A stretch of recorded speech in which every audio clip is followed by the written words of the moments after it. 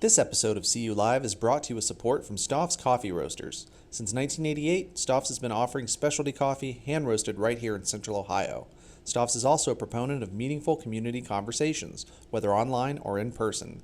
Visit their website at stoffs.com for the latest information on their locations, or to order online and enjoy a cup of Stoff's while you watch this episode. Hi, welcome to CU Live. My name is Walker Evans. I'm the co-founder of ColumbusUnderground.com. Joining me today is Tim Lai of Tim Lai Architect. Tim, thank you so much for being here. You're welcome. Want to talk with you in general just about architecture in Columbus. Okay. Every year, for the past, I think 4 or 5 years, we put together an architectural survey every September. Okay. Just kind of open-ended, letting people vote on the best architecture. Mm-hmm. It's very non-scientific. It's purely, just like a popularity contest sort of thing. It's somewhat unique in that we base it on like the architectural renderings of buildings instead of the completed project. So that kind of differentiates it from some of the other surveys and stuff out there. We always end up seeing really good results with it. A lot of people vote and take part, and it shines a spotlight on some interesting work. Mm-hmm. But without fail, when we put this up, there's always a couple of sort of snarky comments on social media where people say, architecture in Columbus, we don't have good architecture. Do you think the city has a problem with architecture, or do people just not know like the right places to look for it? It's a good question. Actually, a friend of mine and I was talking maybe a few weeks ago, actually, and we kind of talk about the kind of the architecture and design in Columbus or in the kind of Central Ohio, let's just say, and I was like, well, at the end of the conversation, we're like, well, maybe we should create a map, for people who are interested in this kind of stuff. Yeah. And then it's just a Google map that you can customize, and then you can show what are the actual like great architecture that people should look at. Let's say if you have a friend that coming in town and you want to show them around, and your friend is interested in design and architecture, and where would you take your friends to see this kind of stuff, right? So actually, I kind of like spent a little time to kind of create that map, and it was actually on our website, on the Tim Architect website. Nice. So I can send you a link to look at it. Yeah, we'll include a link off of this. Yeah. And so my approach is that kind of how we when we travel to another city, we always want to look for that kind of stuff to look at. And obviously you have the big stuff, like big civic stuff, and then you. That is like your state house, your library. I think the first year we did the poll, the design of the Veterans Museum won that year. Yes, and that is one of the, I think is one of the probably one of the more important architecture that was built in the recent year in Columbus, for sure. I mean, I can talk about that building for a little bit, but I think you're right in the sense that there are those civic, institutional building. Yeah. But then you on the other end of the spectrum, you have the smaller spaces like the coffee shop, the Fox and the Snow kind of like spaces that people would also be very interested in, I think, and it's a very pleasant, spaces that people can enjoy and have a cup of coffee or things like that, right? And so I personally think when I go through that list and I look at these are all things that I know in Columbus. And I come up with like probably about 100 places around Columbus that I think personally is interesting that I would recommend to people. So I don't think we have a problem in Columbus. I think you just need to know where to look. I think you need to look at it, and also sometimes the thing about living in the city is that you kind of take things for granted because you see that every day, you drive by it all the time, and you kind of forget about it. You're right. So I always start with, like, if you talk about Columbus, building, I always start with the State House. Being the seat of the state government, in Ohio, the State House is a absolutely amazing, very, elegant piece of architecture, that is a Greek, we call it the Greek Revival, right? Building style, and it has a very interesting history to it. And I know it's one of the few without a dome, right? Yeah. Yes, and it's a very. I almost feel like it's actually quite modern in a strange way, even though obviously that was way before modernism was the thing. Right. But it's a very clean. It's a very simple. It really fit. I think it really fit the the characters of the state of Yeah. Ohio. It's like Yeah. we're very understated. We're not showy. We're practical. Well, that kind of leads into another question I had is that, it is part of the issue with architecture and design, maybe in a place like Columbus or even in the Midwest as a whole, reflective upon what the population desires. We are, maybe less showy. We are a little more understated. Right. Do we maybe not want to be flashy and forward thinking and be a little more conservative in what we're looking for? I don't think the quality of design and architecture can be defined by how showy the design is. There's definitely things like that or places for that kind of stuff, But I mean, like for example, think about the Olympic, buildings. There's always a good kind of measuring stick of the design. Kind of essence. And if you think about it, the Olympics supposed to happen last year in Tokyo.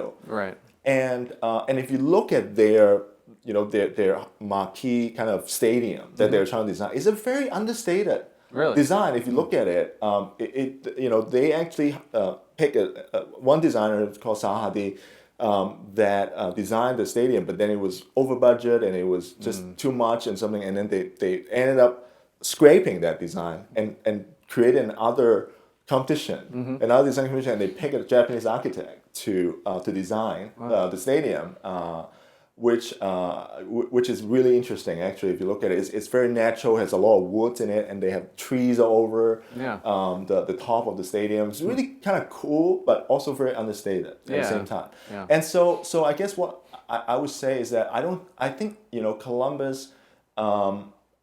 It's not so much of the people. I mean, the people definitely want you want the people to be aware of design and demand good design.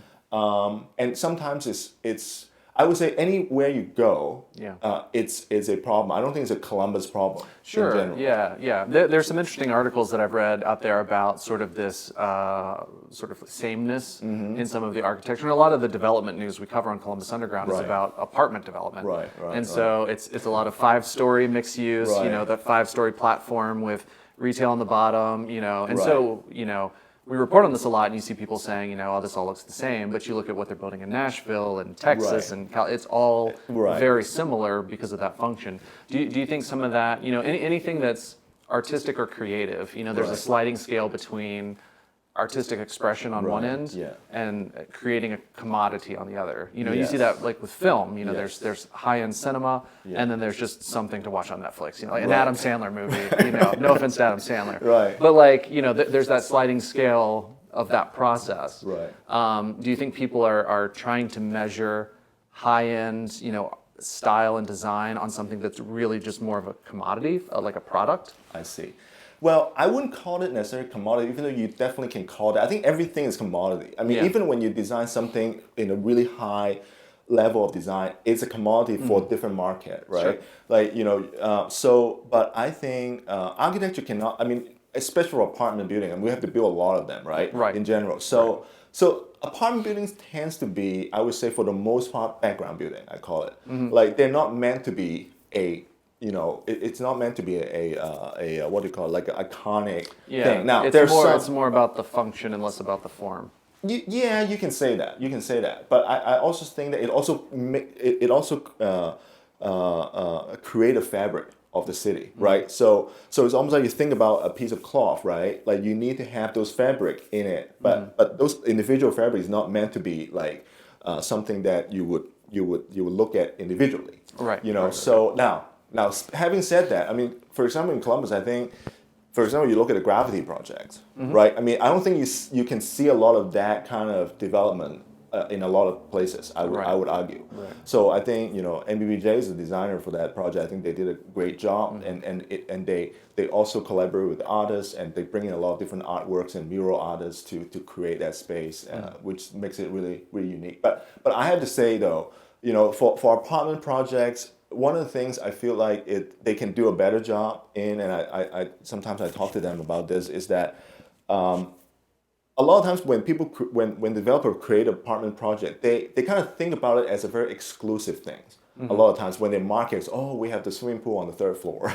You know, everything's gated. You know, we have like parking, secure parking. Yeah. And so the whole thing's become kind of like a mini castle in a way. Right, That right, it right. kind of like you want to be in a city, but then at the same time you're isolated from your neighbors. Right. And I think for me that I have a little bit problem with that. Yeah, right. I yeah. think that you You want should people to go out to a coffee shop Right. or have a gym 2 blocks away instead Right. of never leaving your building. Exactly. Yeah. So I think it's better to be more connected to the neighborhood. So for example, you know, like in Franklinton, you know, right across from our office in 400, where the River and Ridge, I think, is that the name.